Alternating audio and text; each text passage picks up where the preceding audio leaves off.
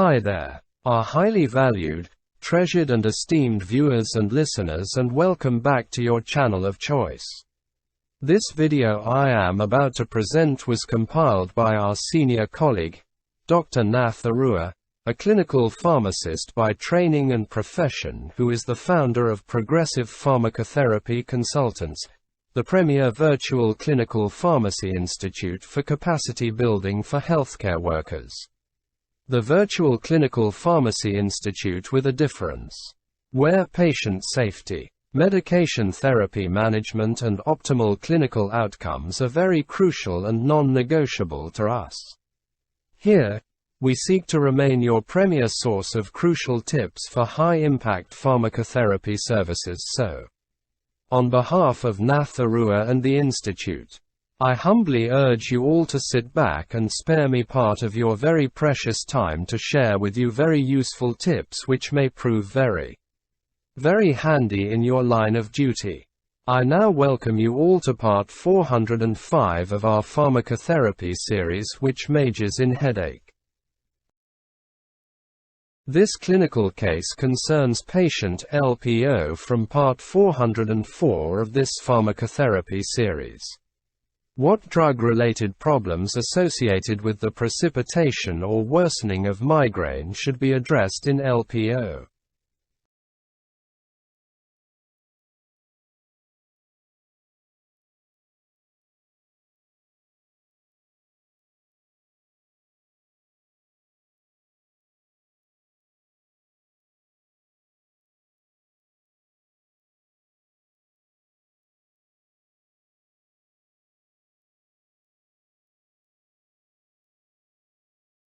Oral contraceptives may either worsen or precipitate migraine attacks in women without a previous history of this problem.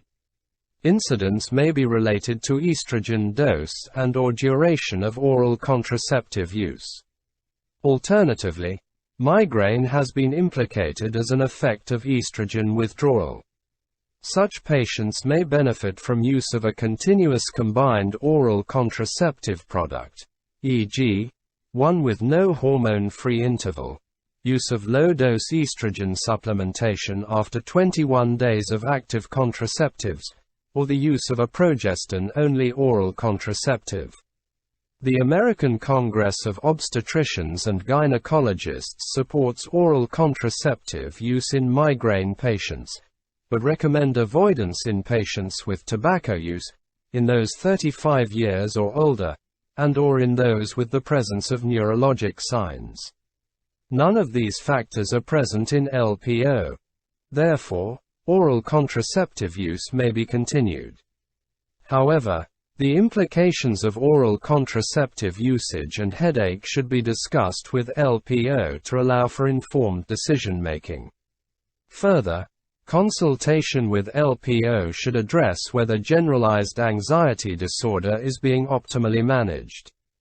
The innervation of trigeminal circuitry by neurotransmitters, e.g., norepinephrine, serotonin abbreviated as 5-HT, linked to affective pathology, e.g., anxiety, depression, has been established and is known to coexist with such patients reporting increased headache frequency.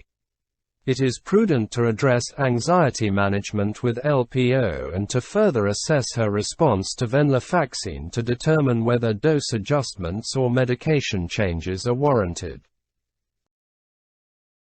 And now I would like you to identify treatment strategies and recommend a medication as a first-line treatment option for the management of migraine in LPO.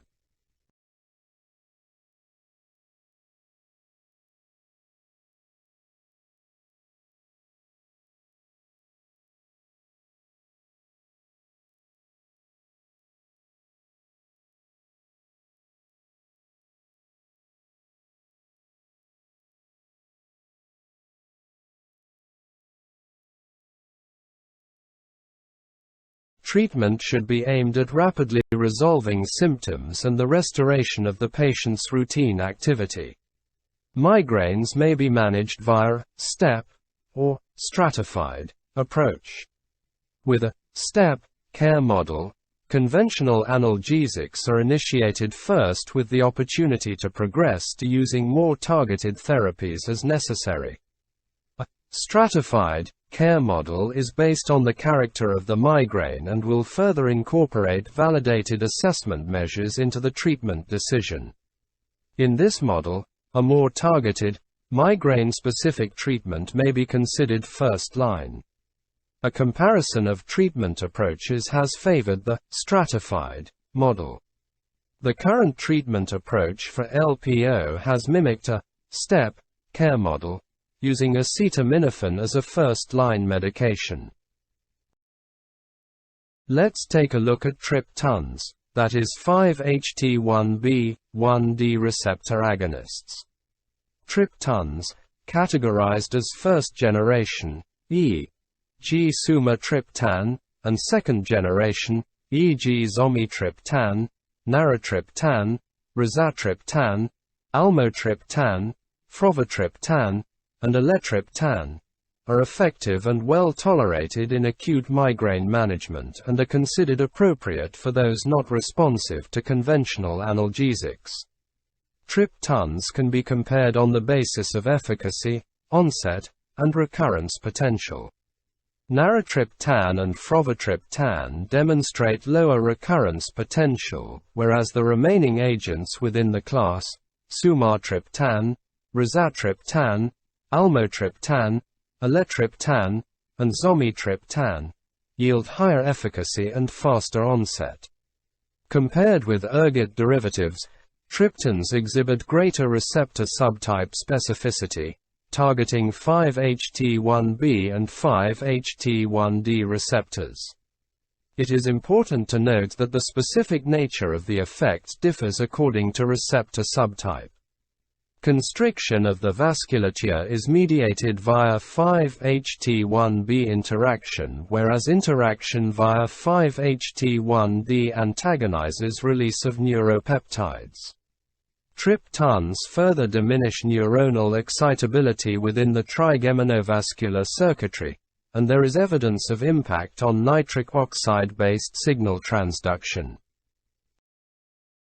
Sumatriptan is the prototype of the trypan class and is available in several formulations, including an oral tablet, nasal spray, and subcutaneous injection, pen devices, and a needle-free solution. A recent analysis confirmed efficacy relative to placebo across sumatriptan doses and formulations. However, subcutaneous delivery yielded a more robust analgesic response. Migraine intensity and the character of associated symptoms, e.g., severity of nausea and vomiting, early onset nausea, impact formulation selection. For patients who are nauseated and prone to vomit during an acute attack, the subcutaneous and intranasal dosage forms are preferred. Both formulations have a rapid onset of effect. Reduction in headache intensity is reported within 10 minutes after subcutaneous injection and within 15 minutes after administration of the nasal spray. Comparisons of orally administered sumatriptan, doses of 25, 50, and 100 mg, have yielded higher efficacy rates relative to placebo in achieving headache relief at 2 hours. Higher sumatriptan doses of 50 and 100 mg were superior to placebo in achieving headache relief at 4 hours. Comparative efficacy studies with sumatriptan have yielded mixed results. Subcutaneous sumatriptan is more effective and faster acting than dihydroergotamine, abbreviated as DHE, nasal spray. When compared with subcutaneous dihydroergotamine, subcutaneous sumatriptan is more effective at 1 and 2 hours, but the two treatments are equally effective at 3 and 4 hours. In this trial, headache recurrence rates at 24 hours favored subcutaneous dihydroergotamine. Intranasal administration of these agents supports efficacy of sumatriptan for both headache relief and the relief of associated symptoms, e.g., nausea, 60 minutes after dosing. Similar efficacy has been reported for comparison with almotriptan and zometriptan, with diminished efficacy being reported versus elatriptan and rizatriptan. We will now briefly look at the adverse effects. Although sumatriptan is well tolerated, there is some variability in the adverse effect profile across different formulations. In general, both oral and intranasal sumatriptan formulations are associated with a low incidence of systemic adverse events. Oral administration of sumatriptan has been associated with adverse effects including dizziness, fatigue, nausea, and vomiting, whereas intranasal administration may cause abnormal taste and nasal discomfort. Parenteral administration is associated with bruising, redness, and discomfort at the injection site. Due to the risk of vasoconstriction associated with Triptan use, special attention is required for patients with cardiovascular disease or risk factors. Although the rate of adverse cardiovascular events has been low, sumatriptan should not be used in patients with uncontrolled hypertension, peripheral or cerebral vascular disease, Wolff-Parkinson-White syndrome, or arrhythmias associated with other cardiac accessory conduction pathway disorders, coronary artery disease, previous myocardial infarction, prinzmetal angina, or coronary vasospasm. The provocation of coronary artery spasm secondary to sumatriptan administration has been demonstrated in those with variant angina, an effect likely mediated via the 1B receptor subtype. A baseline electrocardiogram is recommended for patients with potential cardiac risk prior to Triptan administration, and such an intervention may be considered for those patients without cardiovascular risk factors experiencing chest tightness following Triptan administration. Initial dosing should occur under medical supervision for patients that possess cardiac risk factors but are deemed appropriate treatment candidates. Let's take a brief look at the drug interactions of sumatriptan. Drug interaction potential associated with sumatriptan centers on the modulation of serotonergic activity, the risk of serotonin syndrome, and the potential for additive vasoconstrictive properties. Serotonin syndrome potential exists with the concomitant use of sumatriptan and ergot derivatives, selective serotonin reuptake inhibitors, abbreviated as SSRIs, lithium, and/or monoamine oxidase inhibitors, abbreviated as MAOIs.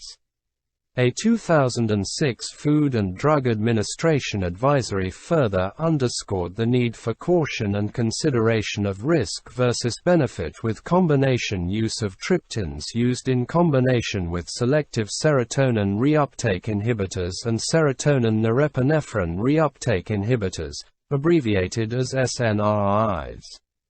The medication profile for LPO includes venlafaxine, a serotonin norepinephrine reuptake inhibitor, for the management of generalized anxiety disorder.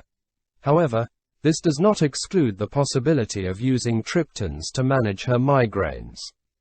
The clinician should evaluate the entire regimen to ensure optimal management of all indications, and if the addition of a Triptan is deemed appropriate, LPO should be educated on the potential for interaction and the clinical implications of the combination. Because LPO has attempted treatment with conventional analgesics, she would be a candidate for initiating sumatriptan. During her annual physical examination, LPO reports success in managing her migraines with sumatriptan, but notes that 2 doses are often required for resolution of symptoms. She inquires as to whether another Triptan would be more effective. So my next question to you reads: how does second-generation triptans compare with sumatriptan? Is an alternative Triptan appropriate for LPO?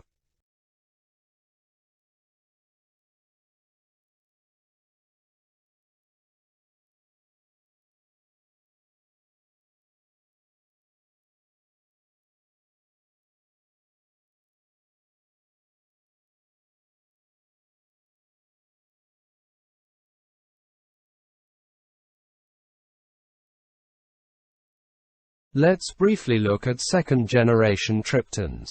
Second-generation triptans include almotriptan, aletriptan, frovatriptan, rizatriptan, naratriptan, and zomitriptan. All triptans have demonstrated superiority to placebo in terms of efficacy. These agents differ based on the pharmacokinetic profile and the capacity for headache recurrence. Among the class, zomitriptan, rizatriptan, aletriptan, and almotriptan are associated with a faster onset and higher likelihood of recurrence, compared with naratriptan and frovatriptan, both of which have a slower onset of action with a lower risk of recurrence. Naratriptan, in particular, is metabolized by multiple isozymes, without strong enzymatic inhibition or induction potential, creating less potential for CYP-induced interactions, whereas frovatriptan is subject to a dual metabolic path via CYP1A2 and renal excretion. Relative to sumatriptan, oral bioavailability of second-generation agents is increased. Meta-analyses have offered insight into triptan comparisons. For headache response at 2 hours, aletriptan 80 mg and rizatriptan 10 mg elicited higher response rates, with sumatriptan 100 mg as the reference, whereas aletriptan 20 mg, frovatriptan 2.5 mg, and naratriptan 2.5 mg were inferior to sumatriptan. In assessing sustained freedom from pain, greater efficacy has been observed with rizatriptan 10 mg, aletriptan 80 mg, and almotriptan 12.5 mg. The opposite effect in this efficacy endpoint for almotriptan 12.5 mg has been observed in a parallel group investigation with sumatriptan 50 mg as a reference. Further comparisons of 74 randomized trials found that among the triptans, aletriptan was associated with the greatest potential of producing a pain-free state at 2 hours and at 24 hours. Favorable efficacy was further observed for rizatriptan, that is 2 hours, and zomitriptan, that is 24 hours. Comparisons between rizatriptan and frovatriptan have yielded similar pain-free outcomes at 2 hours and have favored frovatriptan for pain-free status at 4 hours.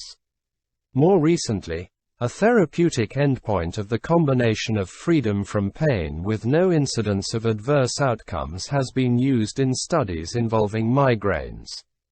Using this endpoint as a primary measure of comparison between zomitriptan, that is 2.5 mg, and almotriptan, that is 12.5 mg, in a multi-center European trial, both treatments were deemed equally efficacious. Regarding drug interactions, striking the balance between theoretic drug interaction risk for triptans and what is observed in clinical practice presents a challenge, especially because it relates to the risk of serotonin syndrome. For LPO, potential drug interactions exist between triptans and venlafaxine, a serotonin norepinephrine reuptake inhibitor, and levonorgestrel co-formulated with ethinyl estradiol, an oral contraceptive.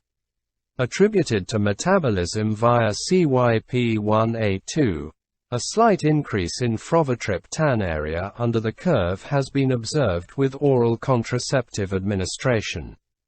Prospective investigations assessing the combination of paroxetine and rizatriptan and fluoxetine and zomitriptan found no instances of serotonin syndrome.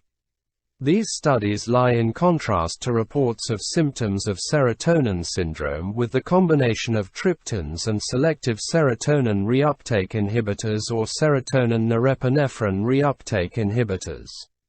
The administration of a triptan should not be excluded based on LPO's medication profile. However, educating her on the potential for the interaction is warranted. Increases in rizatriptan and zometriptan exposure have been observed secondary to monoamine oxidase inhibition. Inhibition of CYP3A4 has facilitated increases in elatriptan and almotriptan. LPO can be considered an appropriate candidate for Triptan prescribing.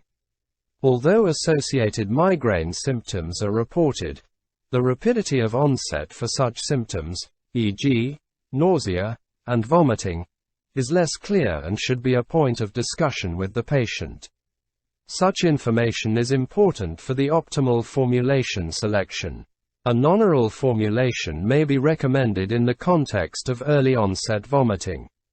Although a loss of efficacy is associated with Triptan discontinuation, the timeline for Triptan use prior to discontinuation has spanned years.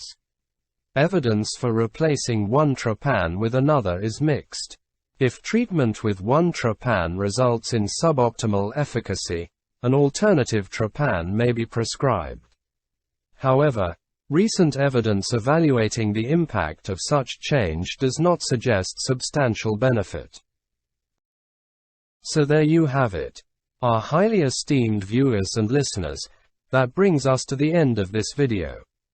If it benefited you in any way, kindly remember to give it a thumbs up, to like it and to share it widely with your peers. Please leave your comments at the bottom. And if you haven't yet done so, I humbly urge you to subscribe to our YouTube channel. On behalf of our senior colleague, Dr. Nath Arora, I would like to promise you all that the very, very best is yet to come. Thank you very much for viewing this video. I sincerely appreciate your partnership, continued support and kind collaboration. We look forward to interacting with you in the next video, which will be part 406.